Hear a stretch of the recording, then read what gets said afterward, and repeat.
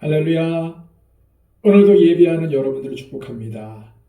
하나님께서 오늘도 우리와 동행하여 주셔서 이 하루를 잘 보내게 해주셨습니다.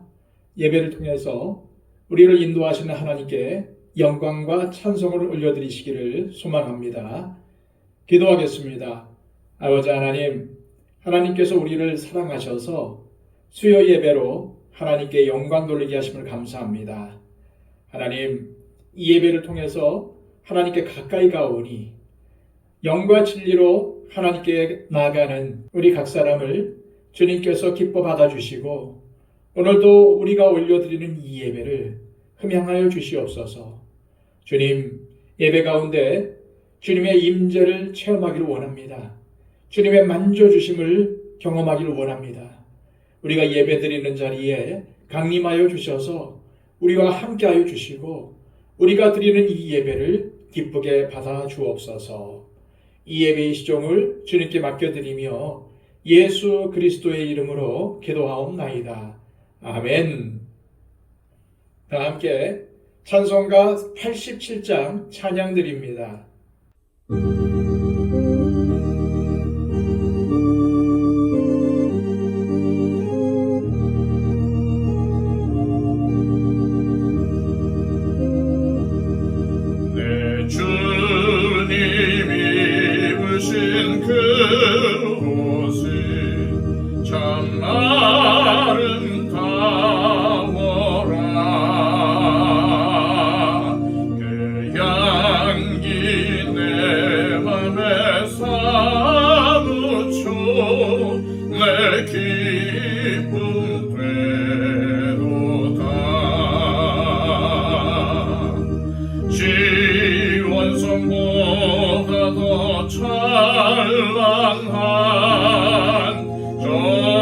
천성 떠나서 이 세상 오신 예수님 참내 구세주 내 주는 쓰라린 고통을 다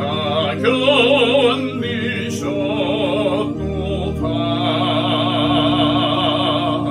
주 지신 십자가 대할 때 난 눈물 흘리네.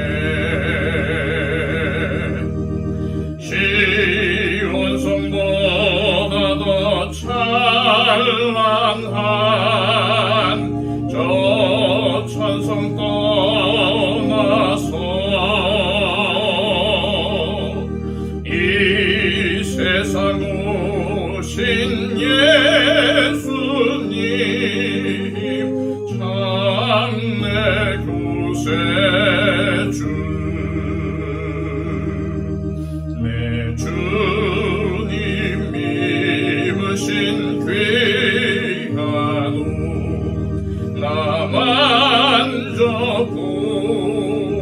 만져보았네. 내 발이 죄악에 빠질 때 주 나를 붙드네.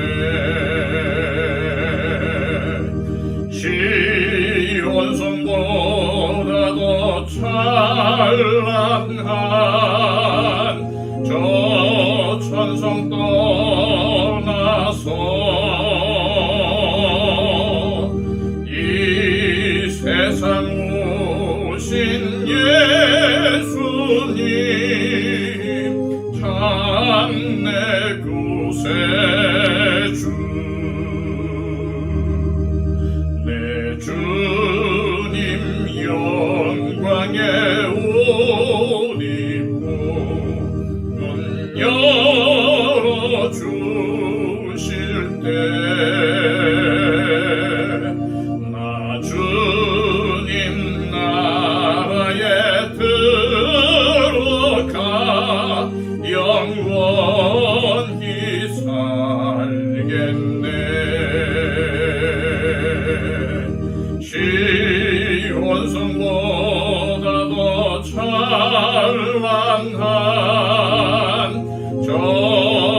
천성 떠나서 이 세상 오신 예수님 참 내 구세주.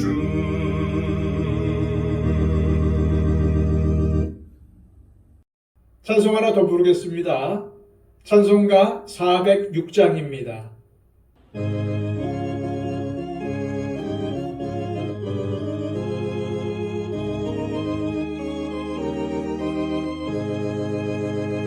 떠난 내 영혼 편히 쉴 곳과 풍랑이로도 안전한 도로 폭풍까지도 다스리시는 주의 영원한 팔 의지해 주의 영원하신 팔 함께하사 항상 나를 붙드시니 어느 곳에 가든지 요동하지 않음은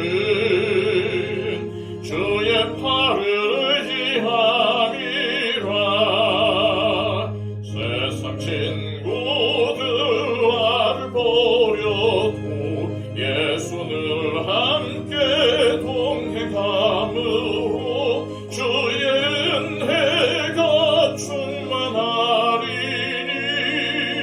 주의 영원한 팔 의지해 주의 영원하신 팔 함께하사 항상 나를 붙드시니 어느 곳에 가든지 요동하지 않음은 주의 팔을 의지함이라. 나의 믿음이 연약해져도 미리 예비한 힘을 주시며 위태할 때도 환도하시니 주의 영원한 팔 의지해 주의 영원하신 팔 함께하사 항상 나를 붙드시니 어느 곳에 가든지 요동하지 않음은 주의 팔을 의지함이라. 능치 못한 것 주께 없으니 나의 일생을 주께 맡기면 나의 모든 짐 대신 지시는 주의 영원한 팔 의지해 주의 영원하신 팔 함께하사 항상 나를 붙드시니 어느 곳에 가든지 요동하지 않음은 주의 팔을 의지함이라. 이 시간 우리에게 주시는 하나님의 귀한 말씀은 신약성경 요한복음 9장 24절에서 34절까지의 말씀입니다. 신약성경 161쪽입니다. 이에 그들이 맹인이었던 사람을 두 번째 불러 이르되 너는 하나님께 영광을 돌리라. 우리는 이 사람이 죄인인 줄 아노라. 대답하되 그가 죄인인지 내가 알지 못하나 한 가지 아는 것은 내가 맹인으로 있다가 지금 보는 그것이니이다. 그들이 이르되 그 사람이 네게 무엇을 하였느냐? 어떻게 네 눈을 뜨게 하였느냐? 대답하되 내가 이미 일렀어도 듣지 아니하고 어찌하여 다시 듣고자 하나이까? 당신들도 그의 제자가 되려 하나이까? 그들이 욕하여 이르되 너는 그의 제자이나 우리는 모세의 제자라. 하나님이 모세에게는 말씀하신 줄을 우리가 알거니와 이 사람은 어디서 왔는지 알지 못하노라. 그 사람이 대답하여 이르되 이상하다. 이 사람이 내 눈을 뜨게 하였으되 당신들은 그가 어디서 왔는지 알지 못하는도다. 하나님이 죄인의 말을 듣지 아니하시고 경건하여 그의 뜻대로 행하는 자의 말은 들으시는 줄을 우리가 아나이다. 창세 이후로 맹인으로 난 자의 눈을 뜨게 하였다 함을 듣지 못하였으니 이 사람이 하나님께로부터 오지 아니하였으면 아무 일도 할 수 없으리이다. 그들이 대답하여 이르되 네가 온전히 죄 가운데서 나서 우리를 가르치느냐 하고 이에 쫓아내어 보내니라. 아멘. 다른 것은 틀린 것이 아니라는 말이 있습니다. 그런데 우리는 다른 것과 틀린 것을 혼동할 때가 많습니다. 하지만 다른 것은 틀린 것이 아닙니다. 우리는 이것을 머리로는 이해하지만 실제로는 그렇지 못한 경우가 많습니다. 다른 사람에게서 나와 다른 점을 발견하게 되면 나와 다른 애가 아니라 저건 틀렸다라고 하니까 관계가 나빠지는 것입니다. 부부간에도 그렇고 다른 사람들과의 관계도 그렇고 성도 간의 관계도 그렇습니다. 예수님 당시 바리새인들의 문제가 바로 그것이었습니다. 자기들과 생각이 다르다고 다 틀린 것입니까? 그것이 아닌데 바리새인들은 자기들과 생각이 다르고 자기들의 방식이 아니면 다 틀렸다고 하는 독선적인 태도를 가지고 있었습니다. 그래서 예수님과 갈등이 많이 생겼던 것입니다. 우리는 지난 시간 날 때부터 시각장애인이었던 사람이 예수님을 통해서 고침을 받고 본의 아니게 종교 지도자들, 특히 바리새인들과의 논쟁에 휘말리면서 위기를 맞이하는 것을 보았습니다. 오늘 본문에서는 날 때부터 시각장애인이었던 이 사람이 고침을 받은 후에 바리새인들과의 논쟁을 통해서 점점 예수님의 제자로 변화되어 가는 모습을 볼 수 있습니다. 지난 시간에 살펴본 것처럼 시각장애인이었던 사람의 부모는 아들 때문에 자신들이 불이익을 당하기를 원치 않았습니다. 그래서 아들 스스로 이 문제를 해결하기를 바랐습니다.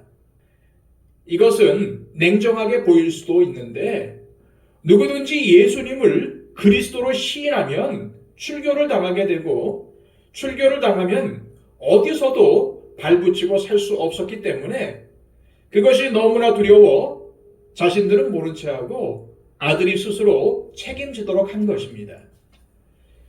이에 바리새인들은 시각장애인이었던 그 사람을 두 번째 불러 신문합니다. 24절입니다. 이에 그들이 맹인이었던 사람을 두 번째 불러 이르되 너는 하나님께 영광을 돌리라. 우리는 이 사람이 죄인인 줄 아노라. 예수님을 인정하지 않는 사람들을 보면은 항상 어떤 구실이 있고 핑계가 있습니다. 바리새인들에게 있어 핑계는 그의 부모의 회피였습니다. 그래서 시각장애인이었던 사람을 다시 불러서 추궁하고 있는 겁니다. 그리고 영광을 하나님께 돌려라. 우리가 알기로 그 사람은 죄인이다 라고 합니다. 사실 이 말은 날 때부터 시각장애인이었던 사람에게 일어난 치유 사건에 대해서 하나님께 영광을 돌리라는 뜻이 아닙니다. 자기들은 이미 어떻게 된 것인지 다 알고 있으니까 사실대로 실토하라는 위협입니다. 그런데 그들은 예수님에 대해 잘 알지 못했습니다. 그러면서도 다 알고 있는 것처럼 말하고 있습니다. 뒤에 나오지만은 바리새인들은 영적인 맹인이 틀림이 없습니다. 그들은 육체의 눈은 뜨고 있었지만은 영적으로는 보지 못하는 맹인들이었습니다. 그들은 진리를 거부한 채 자기들은 다 안다고 스스로 믿었던 것입니다. 사람이 굉장히 지적이고 합리적인 것 같아도 많은 결정들을 감정에 따라 내립니다. 그냥 기분이 나빠서 안 하고 기분이 좋아서 합니다. 남들이 보면은 말도 안 되는 일인데 기분이 좋다는 이유로 합니다. 또 남들이 보면은 정말 좋은 일인데 자기는 기분이 나쁘다고 안 하는 경우가 참 많지 않습니까? 예수님에 대해서도 그렇습니다.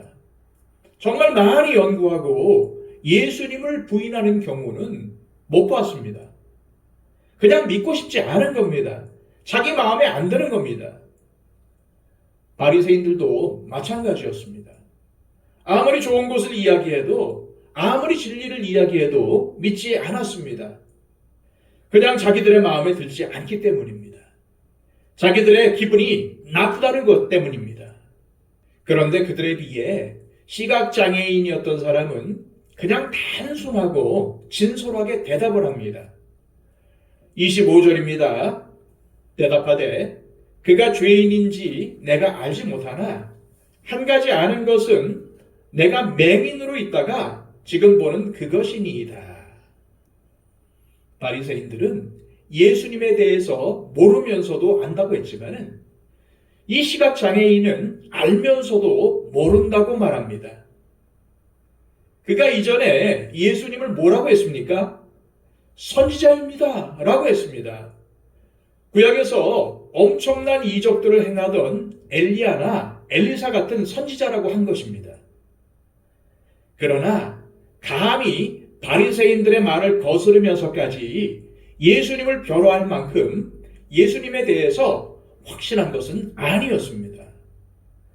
하지만 오늘 본문의 그의 대답 속에는 그가 은근히 바리새인들의 견해에 반대하고 있는 것이 드러납니다.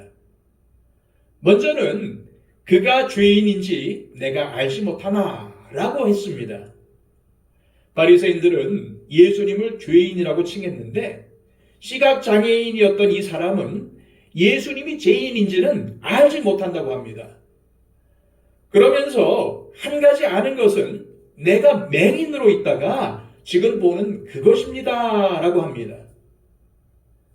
참 놀라운 대답이 아닙니까? 그의 말은 논쟁을 할 여지가 없습니다.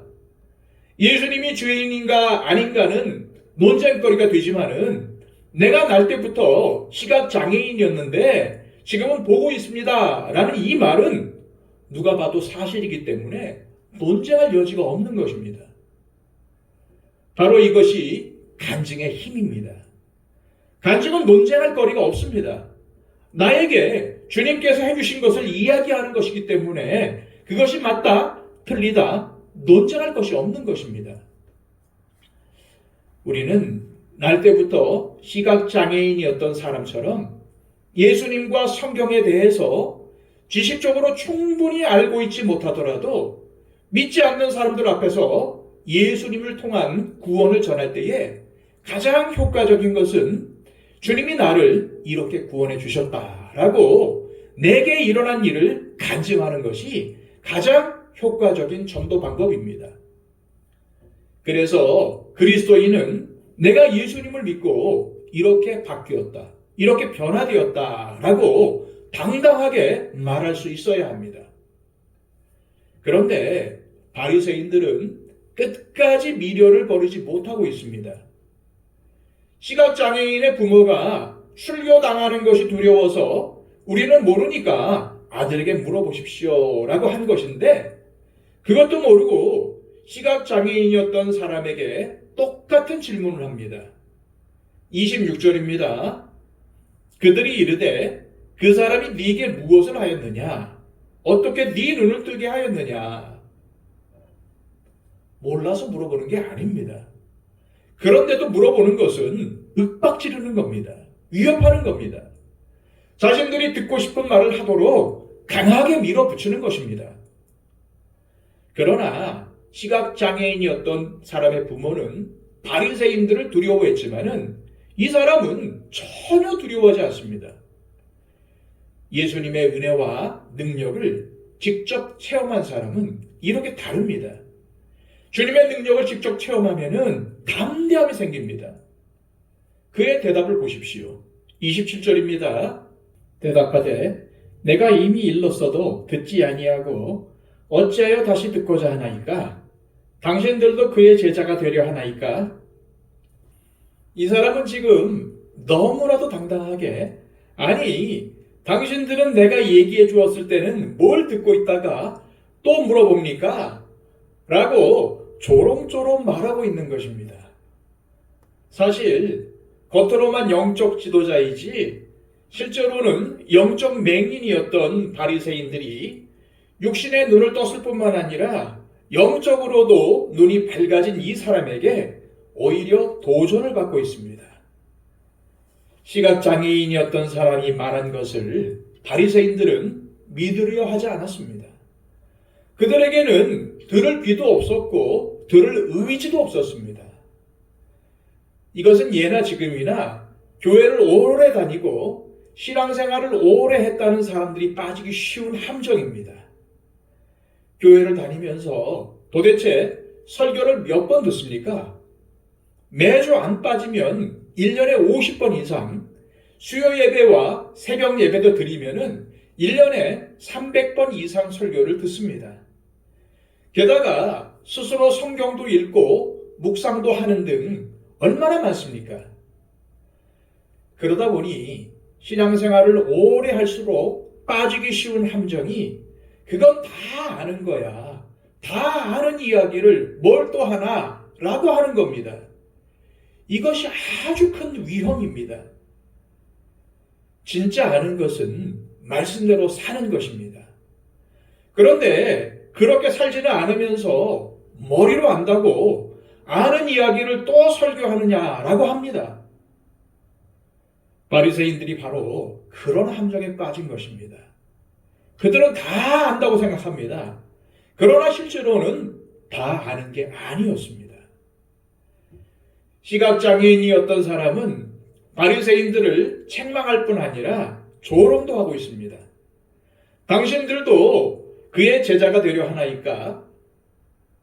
아니, 이 정도의 표정을 보면은 예수님의 제자가 되어야 정상인데 바리새인들은 영적 맹인이어서 여전히 깨닫지 못하고 있다고 지적해주고 싶은 것입니다.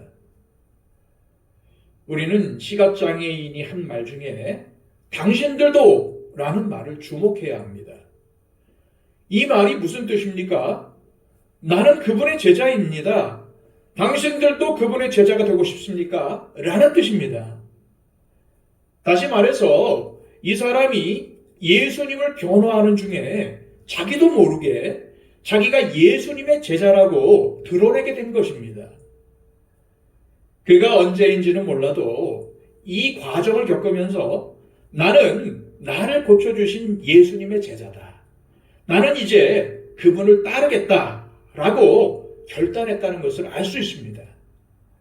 그런데 시각장애인이었던 사람의 이 말이 바리새인들을 아주 기분 나쁘게 했습니다.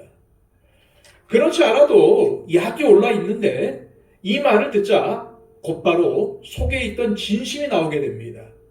28절입니다. 그들이 욕하여 이르되 너는 그의 제자이나 우리는 모세의 제자라. 이것이 바리새인들의 진심입니다. 그런데 말을 하기 전에 뭘 했습니까? 욕부터 했습니다. 이게 진짜입니다. 화가 나니까 욕부터 나옵니다. 이게 그 사람의 진짜 모습입니다. 바리새인들은 논리와 위협으로 이길 수 없게 되자 일단 욕부터 했습니다. 더 이상 이 시각장애인의 말이 옳으냐 틀리냐라는 것은 아무 상관도 없습니다.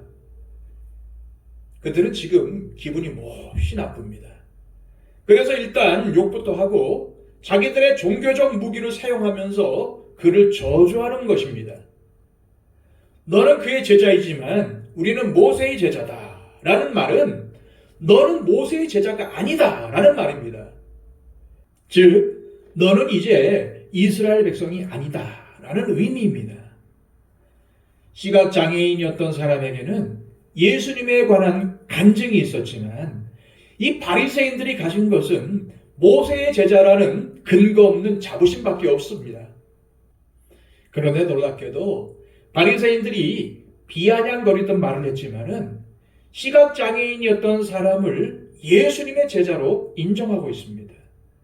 반면 자기들의 스승은 모세라고 밝히고 있습니다. 그러나 모세가 살아있었다면 뭐라고 했겠습니까? 나는 너희 같은 제자를 둔 적이 없는데 라고 했을 겁니다. 그들은 모세를 오해했습니다. 만일 그들이 모세를 정말로 알았다면 지금 예수님의 제자가 되어 있어야 맞습니다. 모세가 일관되게 선포했던 것이 바로 메시아이신 예수님이었기 때문입니다. 예수님을 믿지 않았다는 것은 바리새인들이 모세의 말을 오해했다는 뜻입니다. 그리고 그들이 믿었던 하나님은 자기들이 만들어낸 신이지 진짜 하나님을 믿었던 것이 아닙니다.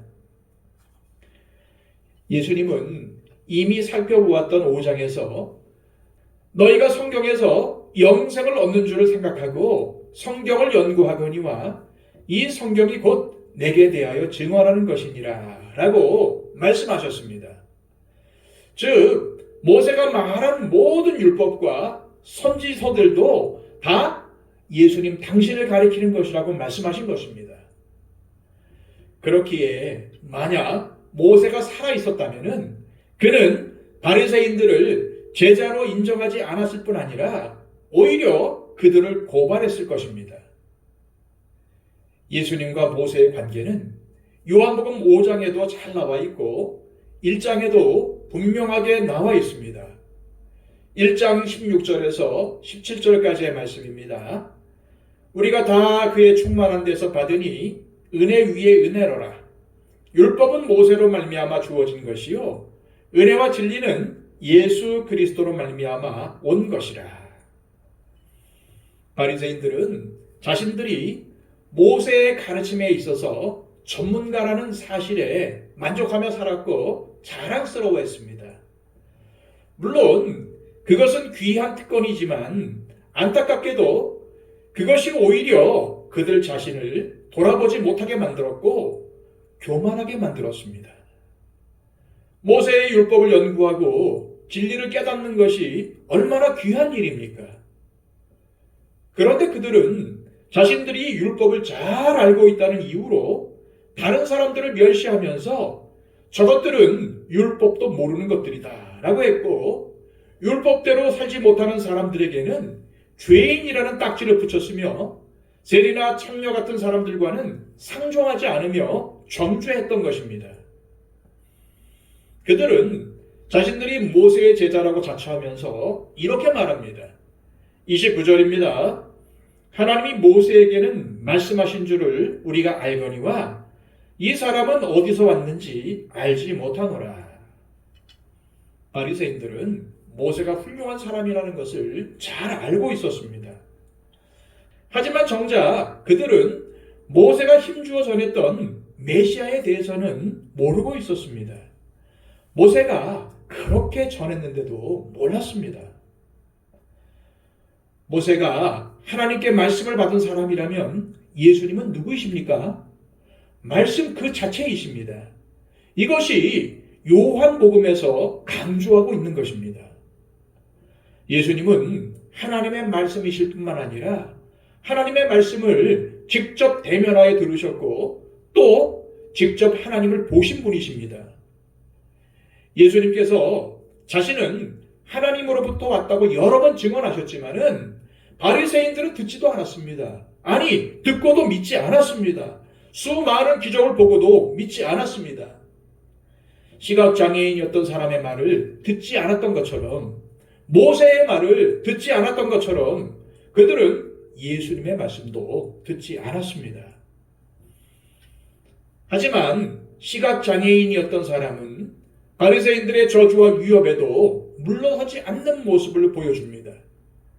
시간이 갈수록 그의 태도가 당당하다 못해 당돌해집니다. 그런 바리새인들이 쩔쩔매는 모습을 보면서 신이 나서 더욱 그랬던 것 같습니다. 그는 세 가지 증거를 들어서 예수님이 죄인이 아니시라는 것을 증명합니다. 첫째는 자신의 경험이고 둘째는 성경에 나온 하나님이 일하시는 방식이고, 셋째는 역사적인 증거입니다.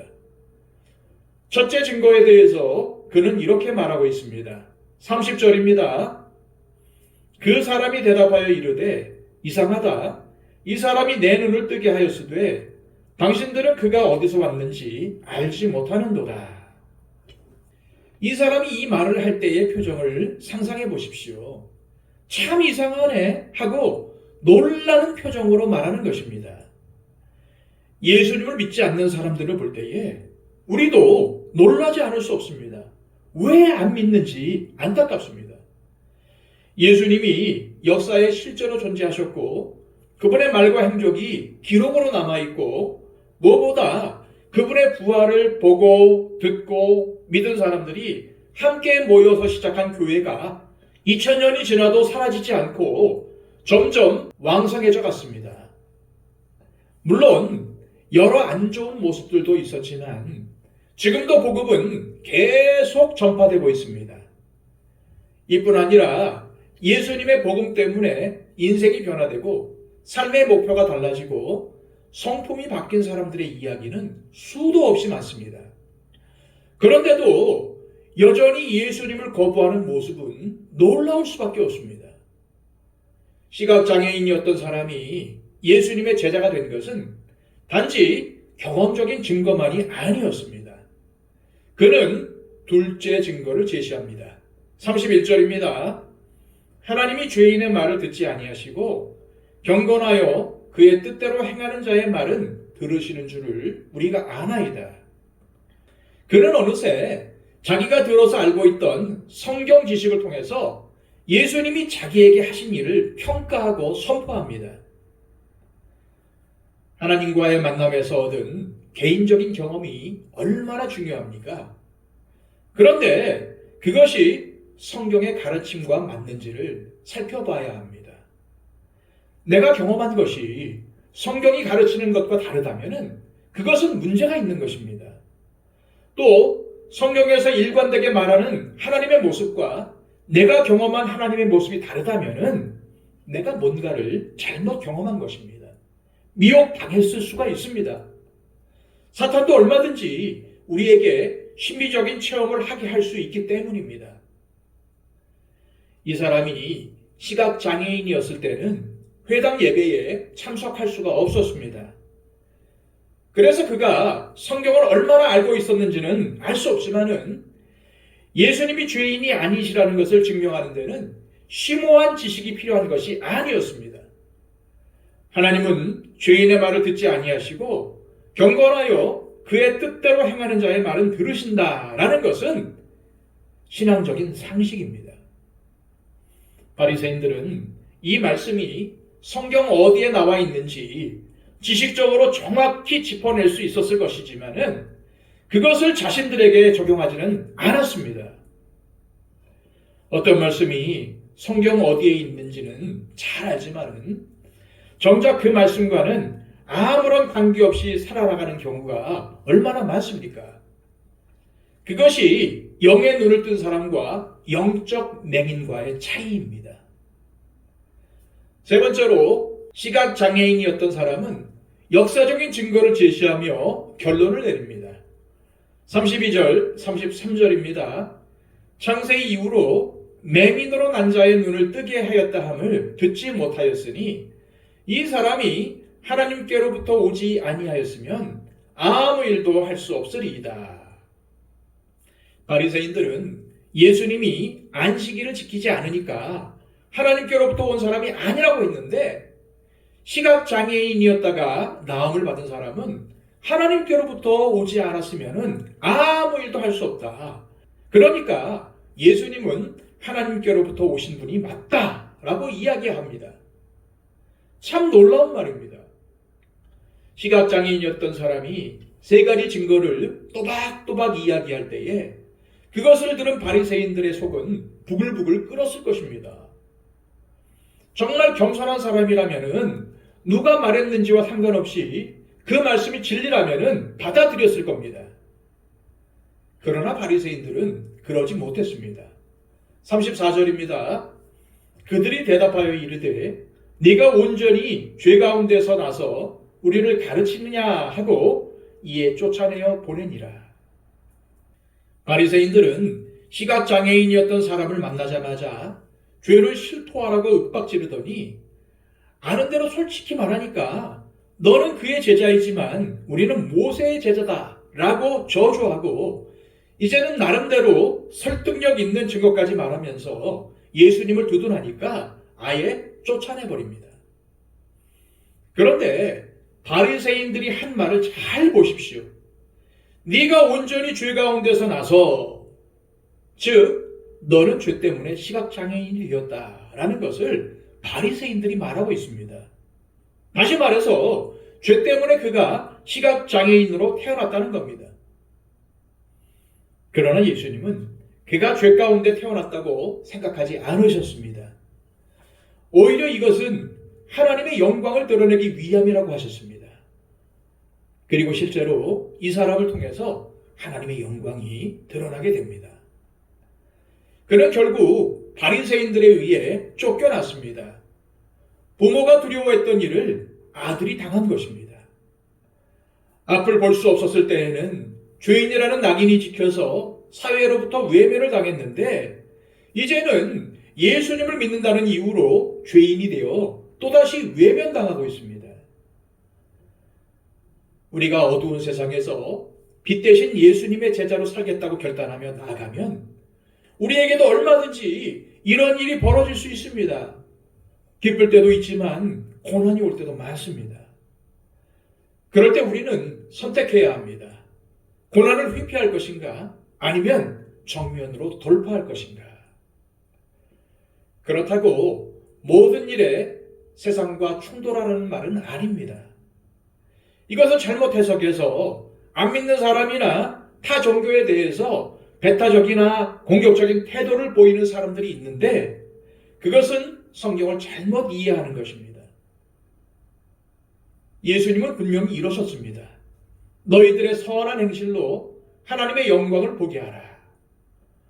즉 선한 행실로 하나님의 영광을 드러내는 것이지 배타적이고 공격적인 행실로 드러나는 것이 아니라는 것입니다.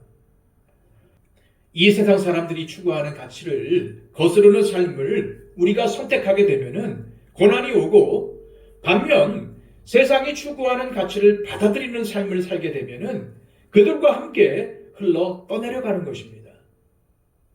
그런데 그러한 순간이 우리의 삶 속에 매일 찾아올 수 있습니다.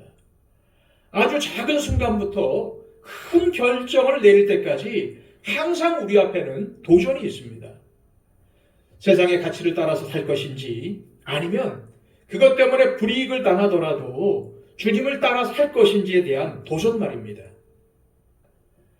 시각장애인이었다가 고침을 받은 사람은 사실 위협을 당하는 상황, 저주를 받는 상황 속에서도 당당하게 예수님을 향한 믿음을 고백하는 과정에서 믿음이 점점 자라가는 모습을 보여주었습니다. 놀라운 일이 아닐 수 없습니다. 우리도 두렵고 힘든 상황, 믿음 때문에 불이익을 당할 수 있는 상황에서도 믿음을 선택하며 나아가면 당장은 힘들 것 같아도 놀랍게 그 안에 점점 더 예수님의 제자로 자라가는 역사가 일어나게 될 것입니다. 기도하겠습니다. 아버지 하나님, 오늘 말씀을 통해서 진심으로 주님께서 우리에게 원하시는 참된 제자의 삶은 어떠한 것인지 알려주셨습니다. 그렇습니다. 무관심한 태도로 일관하는 사람의 모습이 아닌 진리를 알면서도 진리를 대적하고 복음을 거부하는 바리새인들과 같은 모습이 아닌 저 시각장애인이었던 사람처럼 어떠한 상황에서도 그 상황이 위협적인 상황이며 위기의 상황이라 할지라도 주님을 시인하며 주님께서 모든 능력 가운데 모든 은혜 가운데 인도해 주셨다는 것을 고백하는 그러한 삶을 주님은 원하십니다. 오늘 이 본문을 통해 본 시각장애인처럼 당당한 믿음을 가지게 하여 주시고 어떤 상황에서도 주님을 시인하는 삶을 살아갈 수 있도록 인도하여 주시옵소서. 예수 그리스도의 이름으로 기도하옵나이다. 아멘.